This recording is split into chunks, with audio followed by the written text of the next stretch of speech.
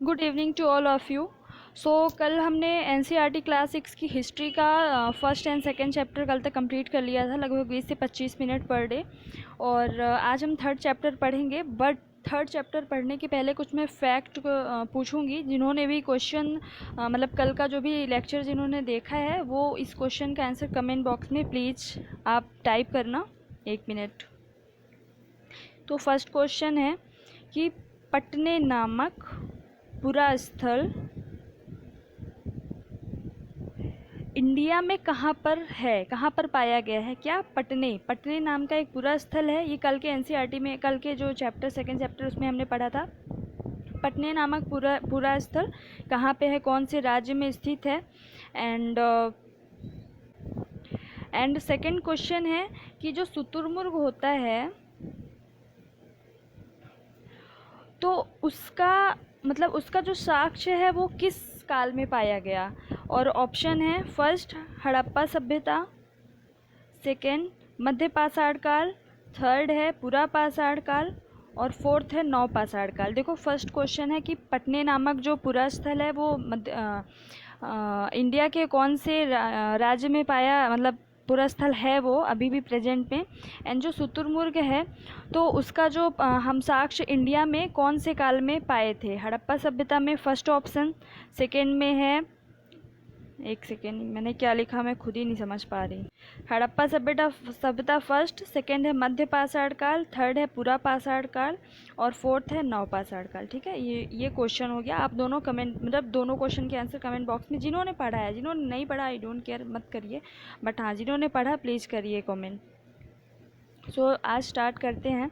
और जो चैप्टर का शीर्षक है भोजन संग्रह से उत्पादन तक। अभी तक हमने क्या पढ़ा कि जो आरंभिक मानव है वह घूम घूम कर अपने भोजन को संग्रह करता था। कभी जानवरों का शिकार करके, तो कभी फलों को तोड़ के, कभी मतलब घुमंतु प्रजाति का रहता था। लेकिन अब कभी न कभी तो भोजन का उत्पादन करेगा, क्योंकि उसने धीरे धीरे ऑब्जर्व करना शुरू कर दिया कि कैसे पौधों से बालियाँ निकल रही हैं गेहूँ की, कैसे बालियाँ पक रही हैं और कैसे पानी के साथ पौधों का उत्पादन हो रहा है वगैरह वगैरह। तो सीधे सीधे मतलब उन्होंने धीरे धीरे भोजन का उत्पादन करना भी सीखा। तो वो ही प्रोसेस आज इस चैप्टर में बताया गया है। तो ये बॉक्स पढ़ने की ज़रूरत नहीं है, हम यहाँ से स्टार्ट करेंगे कि भोजन का अधिकांश हिस्सा उगाई गई फसलें और पाले गए पशुओं से मिलता है ना। भोजन के लिए दो ही स्रोत हैं। एक तो पशुपालन करेंगे तो गाय से दूध, बकरी से दूध, भैंस से दूध मिलेगा और उनका मांस भी खाया जाता है ना, जो मांसाहारी होते हैं। और दूसरा है पौधों में गेहूँ हो गया, मटर हो गया, धान हो गया, इन सब, यही दो स्रोत हैं, एक पशुपालन और एक जो कृषि होती है यानी पौधों से हमें भोजन प्राप्त होता है। और लेकिन इसके लिए भी जो जलवायु होती है वो बहुत ज़्यादा मैटर करती है। जैसे कि जहाँ पे बरसात ज़्यादा होती है, बारिश ज़्यादा होती है, वहाँ पे धान बहुत उगाया जाता है। तो जैसे कि केरला हो गया, केरला है ना, और तमिलनाडु, यहाँ पे चावल जो है बहुत ज़्यादा उगाया जाता है, क्योंकि यहाँ पे बारिश मतलब अच्छी खासी हो जाती है। और गेहूँ के लिए ठंड की आवश्यकता होती है। तो मतलब यहाँ पे यही बताया गया है कि वातावरण के अनुकूल ही फसल एवं पशुपालन दोनों, मतलब जो पशु होते हैं वो भी वातावरण के अनुकूल रहते हैं और फसल भी वातावरण के अनुकूल ही उगाए जाते हैं। और जो इंसान है वो भी अपने भोजन की प्राप्ति के हेतु वातावरण पर निर्भर रहते हैं, है ना। यहाँ पे मतलब ऐसा कोई फैक्ट नहीं है जो प्रीलिम्स में आए, बस एक कॉन्सेप्ट बिल्ड हो रहा है यहाँ पे। आगे बढ़ते हैं। अब यहाँ पे बताया गया है कि कैसे इंसान धीरे धीरे स्थायी हो गया, कैसे कि कृषक के रूप में परिवर्तित हो गया, जो कि घुमंतु प्रजाति का था अभी तक, संग्राहक या अखेटक के रूप में था, वो अब धीरे धीरे स्थायी हो गया। तो आपको पता है कि जो पशु होते हैं और जो पौधे होते हैं, ये दोनों जलवायु पे निर्भर रहते हैं, है ना। किस पे निर्भर रहते हैं? जलवायु पे। तो जिस प्रकार से पशु और पौधे जलवायु पे निर्भर रहते हैं, उसी प्रकार से इंसानों को भी निर्भर रहना पड़ता है। तो यहाँ पे यही बताया गया है कि दुनिया की जलवायु बदलती रहती है, साथ ही लोग जिन वनस्पति और पशुओं के भोजन के रूप में इस्तेमाल करते हैं वो भी बदलते रहते हैं। तो लोगों का ध्यान कुछ बातों की ओर गया, जैसे खाने योग्य वनस्पतियाँ कहाँ कहाँ मिल सकती हैं, बीज कैसे अपनी डंठल से टूट कर गिरते हैं, गिरे बीजों का अंकुरण, उनसे पौधों का निकलना आदि। इसी तरह उन्होंने पौधों की फिर धीरे धीरे उन्हें समझ आया कि अच्छा यहाँ से, जैसे कि गेहूँ की बालियाँ, गेहूँ को बालियों का जब उन्होंने कभी यूज किया, गिरा हुआ होगा, उन्होंने देखा खा के, तो उन्हें समझ आया कि हम इसे खा सकते हैं भोजन के रूप में। तो उन्होंने फिर धीरे धीरे पौधों की देखभाल देखभाल करनी शुरू कर दी, और चिड़ियों और जानवरों से पौधों की सुरक्षा भी करने लगे ताकि वे ठीक तरह से बढ़ सके और बीज पक सके। तो इस प्रकार धीरे धीरे वो कृषक बनते गए। यहाँ पे एक अनुमान लगाया गया, ऐसा मतलब था कि नहीं ये नहीं पता, बट अनुमान लगाया गया कि ऐसे ही धीरे धीरे इंसान कृषक या स्थायी जीवन शुरुआत की होगी कृषक की। तो यहाँ पे भी ऐसा कोई फैक्ट नहीं है, आप स्किप कर सकते हैं, बस मैंने यहाँ पे एक बता दिया, तो आपको दोबारा यह पढ़ने की ज़रूरत बिल्कुल नहीं है। अब यहाँ पे है, एक मिनट। इसी तरह लोगों ने घरों के आसपास चारा रखकर जानवरों को आकर्षित कर उन्हें पालतू बनाया होगा। यानी कि जो जानवर होते हैं कुछ शाकाहारी होते हैं, कुछ मांसाहारी होते हैं, बट मोस्टली तो जो पालतू होते हैं वो तो शाकाहारी होते हैं, जैसे गाय, भैंस, बकरी वगैरह। तो उन्होंने अपने घरों के आसपास चारा को उगा के, जो चारा होती है, घास होती है, उनको उगाकर पालतू बनाने की कोशिश की होगी। और सबसे पहले, ये फैक्ट है प्रीलिम्स का, सबसे पहले जिस जंगली जानवर को पालतू बनाया गया होगा वह कुत्ते का जंगली पूर्वज था। यानी क्वेश्चन पूछा जाएगा कि जो आरंभिक मानव है सबसे पहले किस जानवर को पालतू बनाया, तो होगा कुत्ता, है ना। और उसके बाद धीरे धीरे लोग भेड़, बकरी, गाय और सूअर जैसे जानवरों को अपने घरों के नज़दीक आने को उत्साहित करने लगे। और कुत्ता के बाद भेड़, बकरी, गाय और सूअर ये ज़्यादातर घास खाते थे। अक्सर लोग अन्य जंगली जानवरों के आक्रमण से इनकी सुरक्षा किया करते थे, और इस तरह धीरे धीरे वे पशुपालक बन गए होंगे। तो यहाँ पे इस चैप्टर में पहले बताया गया कि किस तरह धीरे धीरे कृषक बने होंगे और किस तरह धीरे धीरे ये पशुपालक बने होंगे। जब उनको पशुओं की उपयोगिता न केवल मांस के खाने के रूप में हुई होगी, बल्कि उनको समझ आया होगा कि ये हमें दूध देते हैं, दूध से भी अन्य चीज़ें पकाई जा सकती हैं, दूध को पीने के काम में आ सकता है, इनसे हम माल को मतलब बहुत सारे अन्य काम कराए जा सकते हैं, जैसे कि माल को ढोने में कुत्ते जो हैं होते हैं वो एक प्रहरी का कार्य करता है, गार्ड का काम करता है। तो मतलब धीरे धीरे उपयोगिता समझ आई होगी इनको, है ना। तो इसीलिए ये पशुपालक भी बने। अब यहाँ पे बताया गया है बसने की प्रक्रिया। यहाँ पे ऐसा कुछ है नहीं कि आप पढ़ो, इसको आप बिल्कुल स्किप करो। यहाँ पे हाँ, एक फैक्ट ज़रूरी है कि जो बसने की प्रक्रिया पूरी दुनिया में धीरे धीरे चलती रही, लेकिन यह करीब 1200 साल पहले शुरू हुई। तो ये इम्पॉर्टेंट है, 12,000 साल सॉरी। तो हमने जो कल पढ़ा था कि जो पूरा पाषाण काल है, पूरा पाषाण काल, उसका टाइम पीरियड क्या था, 20 लाख से 12,000 साल पहले। और जो 12,000 से 10,000 के बीच का था वो था मध्य पाषाण काल। तो यानी जो बसने की जो प्रक्रिया है वह 12,000 साल पहले शुरू हुई, यानी हम मध्य पाषाण काल इसको बोल सकते हैं। तो आप लोग ये नोट्स में नोट कर लेना कि बसने की प्रक्रिया, मानव द्वारा बसने की प्रक्रिया पहली बार कब शुरू हुई, 12,000 साल पहले शुरू हुई। वो कौन सा काल था, मध्य पाषाण काल, है ना। बस यहाँ से फिर बाकी स्किप करते जाते हैं। हाँ, एक और है यहाँ पे, जैसे कि सीक्वेंस में कभी कभी यूपीएससी में या फिर स्टेट पीएससी में पूछ लेता है कि पालतू सबसे पहले तो कुत्ता बनाया गया, है ना। सबसे पहले पालतू कौन बनाया गया, कुत्ता बनाया गया। लेकिन उसके बाद क्या आते हैं, भेड़ और बकरी। तो सीक्वेंस आ सकता है कि पहले लिख दिया भेड़, फिर बकरी, फिर कुत्ता। तो सही क्या होगा, ये फर्स्ट, सेकंड, थर्ड ऐसे क्वेश्चन आ गया, तो सही क्या होगा, थर्ड, फिर फर्स्ट एंड सेकेंड। यानी सबसे पहले कुत्ता आया, फिर आया भेड़ आया, फिर आया बकरी, है ना। तो ऐसे क्वेश्चन तो ये आप नोट करके लिख लेना। अब पूरे इस पैराग्राफ में क्या बताया गया है कि इंसान कैसे स्थायी हुआ, और साथ ही जो मतलब कि मृद भांड बनाए गए, मिट्टी के बर्तन या फिर कोई भी बड़े बड़े जो बर्तन बनाए गए, उनको क्यों बनाना आखिर उन्होंने प्रारंभ किया। इसमें यही बताया गया है कि अगर हम किसी पौधे को, लाइक गेहूं को ही अगर हम बोते हैं, तो उसके पकने में काफ़ी समय लगता है, 3 से 4 महीने, 5 महीने लग जाते हैं। तो उसकी देखभाल के लिए, उस पौधों की या फिर गेहूं की, चावल की देखभाल के लिए उनको वहीं पे स्थायी रूप से रुकना पड़ेगा, जानवरों से रक्षा करने के लिए, चिड़ियों से, पक्षियों से रक्षा करने के लिए। तो इस तरीके से धीरे धीरे वो जब कृषि का जब वो उत्पादन करने लगे तो धीरे धीरे उनका जीवन भी स्थायी होने लगा, और स्थायी होगा तो उनके लिए घर की भी आवश्यकता होगी। तो मध्य पाषाण काल में हमने पढ़ा 12,000 साल पहले से बसने की प्रक्रिया भी प्रारंभ हो गई। और जब अनाज को भोजन और बीज दोनों के रूप में ही बचा कर रखना आवश्यक था, कुछ तो भोजन के रूप में और कुछ अगले साल आने वाले बीज के रूप में, है ना। तो इसलिए उनको भंडारण की आवश्यकता हुई। जब भंडारण की आवश्यकता हुई तो उन्होंने बड़े बड़े बर्तन बनाए, टोकरियाँ बुनी, और या फिर गड्ढे खोदे और मिट्टी के बर्तन बनाए, है ना। तो ये सारी चीज़ें इसमें बताई गई हैं। तो इसमें भी ऐसा कुछ फैक्ट नहीं है, बस मैंने आपको बता दिया है।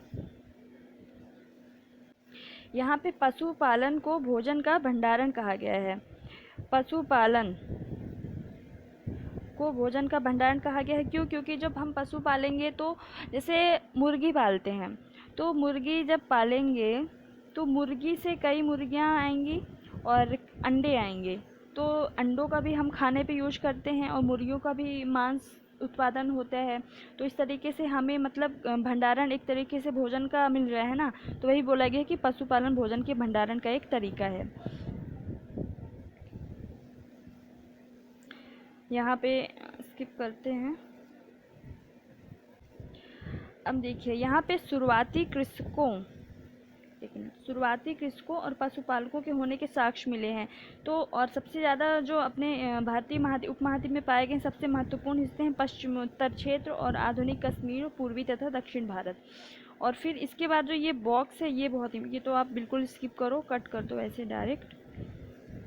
ये जो बॉक्स है ये बहुत इम्पोर्टेंट है, इसको आप ऐसे का ऐसा ही लिख लेना, मतलब कि चार्ट बना लीजिए आप अपने नोट्स में कि जो अनाज और हड्डियां हैं ये कौन से पुरा स्थल से पाई गई हैं। एक मिनट।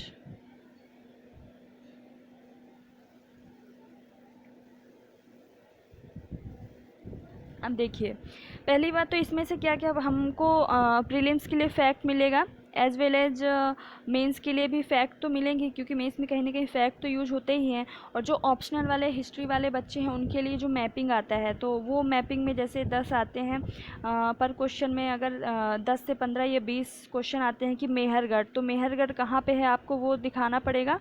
और साथ में मतलब मेहरगढ़ क्या है, कहाँ पे स्थित है, उसके बारे में जो कुछ विशेषताएँ हैं, ये सारी चीज़ें लिखनी पड़ेंगी। तो आपको यहाँ सब सारी चीज़ें मिल जाएंगी। तो देखो मेहरगढ़ है कहाँ, पहली बात तो आधुनिक पाकिस्तान में है अभी फ़िलहाल, पहले भारतीय उपमहाद्वीप का हिस्सा हुआ करता था। मेहरगढ़ में अनाज की बात करें तो गेहूँ और जौ मिला है सबसे पहले अनाज का उत्पादन यही हुआ था। हमने फर्स्ट चैप्टर में पढ़ा था कि जो भारत के उत्तर पश्चिमी क्षेत्र हैं किरथार और सुलेमान, वहाँ पे सबसे पहले गेहूं और जौ का उत्पादन हुआ था, वही जो है मेहरगढ़ का क्षेत्र था। तो उस तरीके से भी प्रीलिम्स में क्वेश्चन पूछ सकता है कि कौन सी पहाड़ियों के बीच गेहूँ और जौ का उत्पादन हुआ, या फिर सीधे मेहरगढ़ का नाम दे के पूछ सकता है। और जो हड्डियाँ हैं मतलब हड्डियों के अवशेष मिले हैं भेड़ के, बकरी के, मवेशी के, आप ऐसे का ऐसा ही नोट कर लीजिए, क्योंकि प्रीलिम्स में यूपीएससी में कुछ भी पूछा जा सकता है, as well as UPPSC and MPPSC and other state PSC में। और ऐसे चावल मिला है कोल्डिहवा से, मतलब चावल का जो प्रथम साक्ष्य मिला है वो उत्तर प्रदेश के कोल्डिहवा से, ये एक फैक्ट है ना। और जानवरों की हड्डियों के टुकड़े भी मिले हैं, चावल भी मिला है। महागढ़ा कहाँ है किसी को पता नहीं होगा, जैसे पटने कहाँ पे है, मैंने आज जो पूछा बहुत कम लोगों को पता होगा, मुझे भी नहीं पता था एनसीईआरटी पढ़ने से पहले।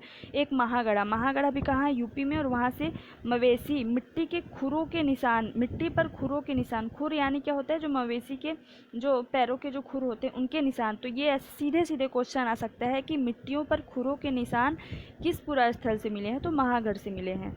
गेहूं और दलहन कहाँ से मिले हैं, एक मिनट, ये जो गुफकराल है आधुनिक कश्मीर में है। अब ये भी इम्पोर्टेंट हो गया कि गुफकराल कहाँ पे है, क्योंकि जोड़ियाँ मिलाने के लिए, सुमेलित करने के लिए आ जाता है। गुफकराल कश्मीर में है, महागढ़ा उत्तर प्रदेश में है, कोल्डिहवा उत्तर प्रदेश में है, मेहरगढ़ पाकिस्तान में है ना। और गेहूँ और दलहन, गुफकराल से क्या क्या मिला, गेहूँ और दलहन। बुर्ज होम सबको पता होगा कश्मीर में है, और बुर्ज होम से कुत्ते मिले, मवेशी, भैंस, बकरी मिली है, गेहूँ, दलहन, मतलब आप सब कुछ लिख लेना। यहाँ पे चिरांद भी कहाँ है, बिहार में है। हालांकि मैंने चिरांद यूपी में पड़ा है, एक बार आप गूगल कर लेना और कमेंट में मुझे बताना कि कहाँ पे है। हालांकि मैंने तो यूपी पढ़ा है, बट यहाँ पे बिहार है, तो मे भी बिहार में हो, आधुनिक बिहार में। ज्वार बाजरा ये सारी चीज़ें। हल्लूर, हल्लूर कहाँ है? आधुनिक आंध्र प्रदेश में है। तो आपको यहाँ से ना दो चीज़ें पता हो रही हैं कि कौन सा पुरास्थल कहाँ पे है, कौन सा पुरास्थल किस राज्य में है, और वहाँ से क्या क्या अनाज मिले, और कौन कौन से मवेशी वहाँ पे थे उस टाइम पे, है ना। तो ये सारी चीज़ें आपको एज वेल मतलब ऐसे कैसे नोट कर लेना है।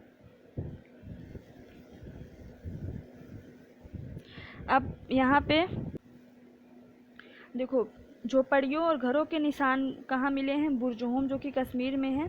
और लोग गड्ढों के नीचे घर बनाते थे, जिन्हें गर्तवास कहा जाता है। तो क्वेश्चन पूछा जाता है कि गर्तवास या मतलब ज़मीन के नीचे गड्ढे बना के घर बनाने का साक्ष्य कहाँ से मिला है? तो बुरजहोम से मिला है। और उनमें उतरने के लिए सीढ़ियाँ होती थी, और जो ऑप्शनल वाले बच्चे हैं उनके लिए सीधे सीधे आ सकता है कि बुरजहोम। तो बुरजहोम के बारे में हम स्थिति बताएंगे, कहाँ है? वर्तमान कश्मीर में है।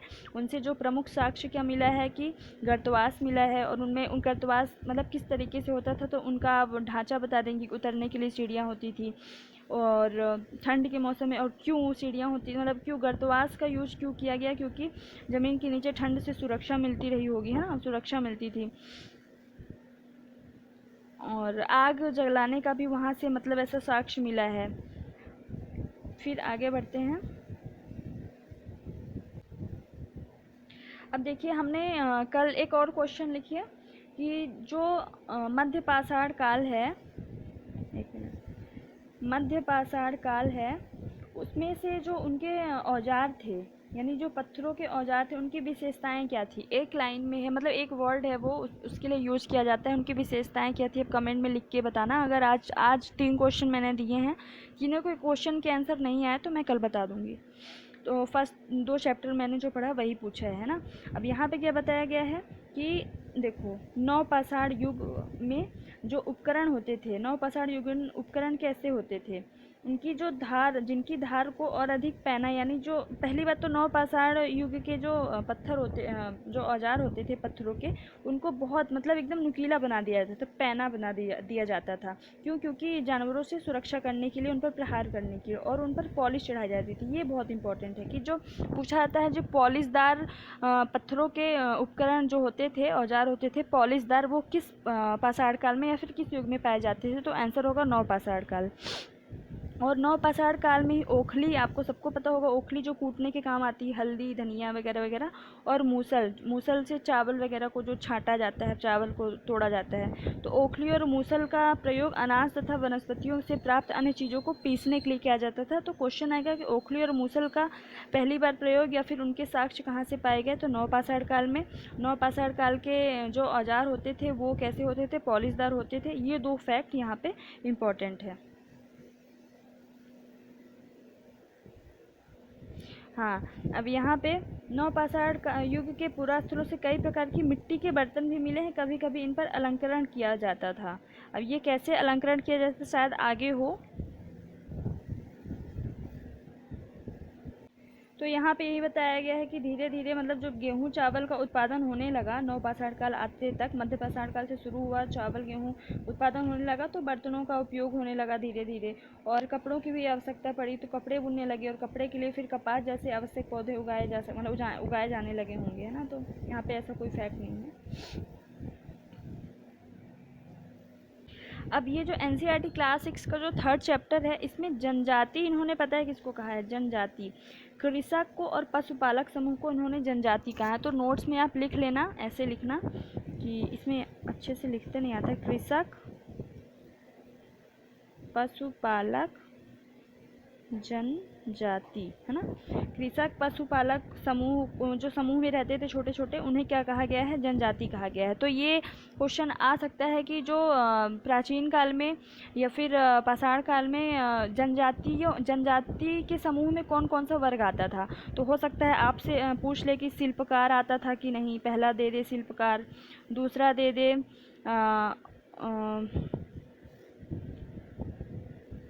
व्यापारी, है ना, तीसरा दे दे कृषक, और चौथा दे दे पशुपालक। तो आंसर क्या होगा? ओनली थर्ड एंड फोर्थ, यानी कृषक और पशुपालक जनजातीय समाज के अंतर्गत आते थे। अब आप लोग खुद से पढ़ेंगे तो ये समझ में नहीं आएगा कि ऐसे क्वेश्चन भी पूछे जा सकते हैं, बट ऐसे ही पूछ रहे हैं यूपीएससी स्पेशली में। अब यहाँ पे बताया गया है कि जनजातियाँ, मतलब जनजातियों के बारे में विशेषताएं बताई गई हैं कि उनका रहन सहन कैसा होता था, उनके घर कैसे होते थे। तो छोटी छोटी बस्तियों में रहते थे और ज़्यादातर परिवार एक दूसरे से संबंधित होते थे, संयुक्त परिवार होते थे, है ना, जनजाति का निर्माण करते थे, सारे परिवार मिलकर जनजाति का निर्माण करते थे। और ये क्या करते थे? मछली पकड़ते, मतलब कैसे कैसे पेशे अपनाते थे। तो ऐसा इसमें कुछ फैक्ट नहीं है, ना ही कोई कॉन्सेप्ट है, सो आप स्किप करो इसको। यहाँ पे भी स्किप करो। मतलब ये बोलते कि नेता उनको मान लिया जाता था जो थोड़ा अनुभवी होते थे, नौजवान योद्धा होते थे वगैरह वगैरह। अब देखो यहाँ पे मेहरगढ़ आ गया। मेहरगढ़ मेहरगढ़ ढूंढो मैप में, मैप दिया होगा नीचे। मेहरगढ़ है ईरान जाने वाले सबसे महत्वपूर्ण रास्ते। अभी हमने पढ़ा कि मेहरगढ़ में सबसे पहले गेहूं और जौ का उत्पादन हुआ, जो कि किरथार एवं सुलेमान की पहाड़ियों के मध्य स्थित है। तो ईरान जाने वाले सबसे महत्वपूर्ण रास्ते, जो बोलन दर्रे के पास हरा भरा समतल स्थल था, मेहरगढ़ की स्थिति दी गई है। मेहरगढ़ 3 मार्कर में भी, जैसे MPPSC वालों के लिए 3 मार्कर में आ सकता है, और जो UPSC वालों के लिए ऑप्शनल में आ सकता है, GS में आएगा। मेहरगढ़ की प्रासंगिकता क्या है आज के संदर्भ में बताइए ना। तो मेहरगढ़ संभवतः वह स्थान है जहाँ के स्त्री पुरुषों ने इस इलाके में सबसे पहले गेहूं जौ उगाना और भेड़ बकरी पालना सीखा। ये हम लोग पहले ही पढ़ चुके हैं। यहाँ खुदाई में सबसे पहले के स्तरों के पुरातत्वों को विभिन्न प्रकार की जानवरों की हड्डियाँ मिली हैं। इसमें ऐसा कुछ नहीं है, यहाँ हटा दो, ये वाला ऊपर वाला पैरा ठीक है, इंपॉर्टेंट था। हाँ, अब मेहरगढ़ में और क्या मिला है? चौकोर और आयताकार घरों के अवशेष मिले हैं। तो ये सीधे सीधे नोट में लिखना मेहरगढ़ डैश करके कि चौकोर और आयताकार घरों के अवशेष कहाँ से प्राप्त हुए हैं? मेहरगढ़ से प्राप्त हुए हैं। और उन प्रत्येक घर 4 या ज़्यादा कमरे हैं, जिनमें से कुछ संभवतः भंडारण के काम आते होंगे। तो बस यही लिखना है कि चौकोर और आयताकार घरों के अवशेष मेहरगढ़ से प्राप्त हुए हैं, है ना। या आप स्किप कर दो पहले और बाद के स्तर वगैरह। यहाँ के क्या बताया गया है? एक मिनट। मृत्यु के बाद सामान्यतः मृतक के सगे संबंधी उनके प्रति सम्मान जताते थे। लोगों की आस्था है कि मृत्यु के बाद भी जीवन होता है, बिल्कुल, इसीलिए कब्रों में मृतकों के साथ कुछ सामान भी रखे जाते थे। अब मेहरगढ़ के बारे में फिर बताया गया कि मेहरगढ़ में ऐसी कई कब्रें मिली हैं। एक कब्र में एक मृतक के साथ एक बकरी को दफनाया गया। Very important fact. देखो, आपको पता होगा कि बुर्जहोम में, जो कि कश्मीर में है, वो एक इंसान के साथ कुत्ते दफनाए जाने का अवशेष मिला है। कश्मीर में कुत्ता और मानव को दफनाए जाने का मतलब क्या मिला है? अवशेष मिला है। लेकिन जो मेहरगढ़ है, मेहरगढ़ करके जो मेहरगढ़ आप अभी लिख ही रहे हैं, साथ में फैक्ट लिखते जाइए, उसी के साथ ऐड करते जाइए कि मेहरगढ़ में कब्र में मृतक, मतलब एक इंसान और बकरी को साथ में दफनाए जाने का अवशेष प्राप्त हुआ है। बस ये इसमें यही एक फैक्ट है।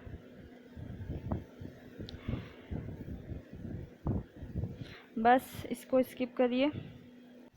अब ये दाऊजली हेडिंग एक पुरास्थल है। दाऊजली हेडिंग ये भी NCERT जो पढ़े होंगे उन्हें पहली बार पता चला होगा, जो कि चीन और म्यांमार की ओर जाने वाले रास्ते में ब्रह्मपुत्र की घाटी की एक पहाड़ी पर है। तो ये पूछा सकता है दाऊजली हेडिंग एक पुरास्थल है और वो किस नदी की घाटी पर स्थित है? तो ब्रह्मपुत्र की घाटी पर। और एक बार आप गूगल कर लेना, ये पता करना कि ये कौन से राज्य में, मतलब कहाँ पे अभी वर्तमान में कौन से राज्य में स्थित है, मतलब कि वर्तमान की स्थिति में, और कमेंट करके बताना। यहाँ खरर और मूसल जैसे पत्थरों के उपकरण मिले हैं। देखो, मूसल और जो ओखली हमने पढ़ा कि नवपाषाण काल में शुरू हुई, तो नवपाषाण काल की बात हो रही है। खरर और मूसल जैसे पत्थर के उपकरण कहाँ मिले हैं? दाऊजली हेडिंग में, है ना। और इससे पता चलता है कि यहाँ लोग भोजन के लिए अनाज उगाते थे। साथ ही यहाँ से जेडाइट पत्थर भी मिला है। ये भी लिख लेना, जेडाइट पत्थर कहाँ से मिला है? दाऊजली हेडिंग। क्योंकि जो न्यू NCERT हम लोग पढ़ रहे हैं, तो उनकी एक एक लाइन का एक एक फैक्ट इंपॉर्टेंट है। मतलब सारी चीज़ें नहीं, बहुत सारी चीज़ें तो स्टोरी के फॉर्म में होती हैं, तो वो कॉन्सेप्ट बिल्ड करेंगी, बट जो फैक्ट होते हैं वो एक एक फैक्ट को आपको लिखना है। एक चैप्टर 1 से 2 पेजेस से ज़्यादा नहीं होंगे। और संभवतः ये पत्थर चीन से आया होगा। और इस पूरा स्थल से काष्ठास्म, एक मिनट, काष्ठास्म यानी अति प्राचीन लकड़ी जो सख्त होकर पत्थर बन गई के औजार और बर्तन मिले। ये भी नोट कर लीजिए कि दाऊजली हेडिंग से क्या मिला है? काष्ठास्म यानी अति प्राचीन लकड़ी जो सख्त होकर पत्थर बन गई है के औजार और बर्तन भी मिले हैं। ये अन्यत्र नहीं पढ़ना है आपको, कट करो। कल्पना करो वगैरह वगैरह ये सब नहीं पढ़ना है, स्किप कर लिए। और यहाँ पे देखिए ये इम्पोर्टेंट है, बस पहले ही बता दिया गया था, बसने की प्रक्रिया का आरंभ 12,000 साल पहले यानी मध्य पाषाण काल, मेहरगढ़ में बस्ती का आरंभ 8,000 साल पहले। ये सारी चीज़ें बच्चों के लिए हैं कि ये करिए ये करिए। देखिए ये ऐसे क्वेश्चंस ना डायरेक्ट एग्जाम में आते हैं, प्रीलिम्स में। हल्लूर, हल्लूर हमने पढ़ा आंध्र प्रदेश में है, ज्वार बाजरा मिला है, इसमें सही है गलत बताना है। बिल्कुल सही है। अभी हमने ऊपर जो चार्ट देखा है वो आप चार्ट प्लीज़ आप सभी लोग बना लेना। तो हल्लूर में ज्वार बाजरा मिला है। बुरजहूम में लोग आयताकार घरों में रहते थे, तो ये हमने मेहरगढ़ में पढ़ा है ना, बुरजहूम में आयताकार, गलत है ये। बुरजहूम में लोग आयताकार घरों में नहीं रहते थे, वो गर्तावास में रहते थे घरों के अंदर। और मेहरगढ़ में आयताकार या चौकोर घरों के साक्ष्य मिले हैं, तो ये गलत है। चिरान कश्मीर का एक पुरस्थल है, नहीं। चिरान बिहार का है, तो ये भी गलत है। जो जेडाइट जो दार्जिलिंग हेडिंग में मिला है चीन से लाया गया होगा, ये सही, अभी हमने पढ़ा है। तो ऐसे ऐसे क्वेश्चन सीधे आ जाते हैं एग्जाम में। तो आप प्लीज़ ये सभी चीज़ें एक बार सही गलत का आप वो कर लेना कि कौन सा सही कौन सा गलत, तो और एक बार आपके माइंड में आ जाएगा। फिर आओ चर्चा करें, ये सब स्किप करो और करके देखे, बस हो गया। थर्ड चैप्टर आज कंप्लीट हो गया लगभग कितने मिनट में, 25। थोड़ा सा बड़ा चैप्टर तो इसमें फैक्ट भी ज़्यादा थे, सो थोड़ा ज़्यादा टाइम लग गया। सो आज के लिए यहीं एंड करते हैं। कल एक नया चैप्टर आरंभिक नगर, उसमें हड़प्पा सभ्यता के बारे में पढ़ेंगे, और जो बहुत इंपॉर्टेंट है pre as well as mains के लिए, और state PSC specially MP PSC और यूपी पीएससी, बिहार पीएससी और यूपीएससी के लिए तो एनसीईआरटी बाइबल है। सो आज के लिए इतना ही, और थैंक यू। जय हिंद, जय भारत।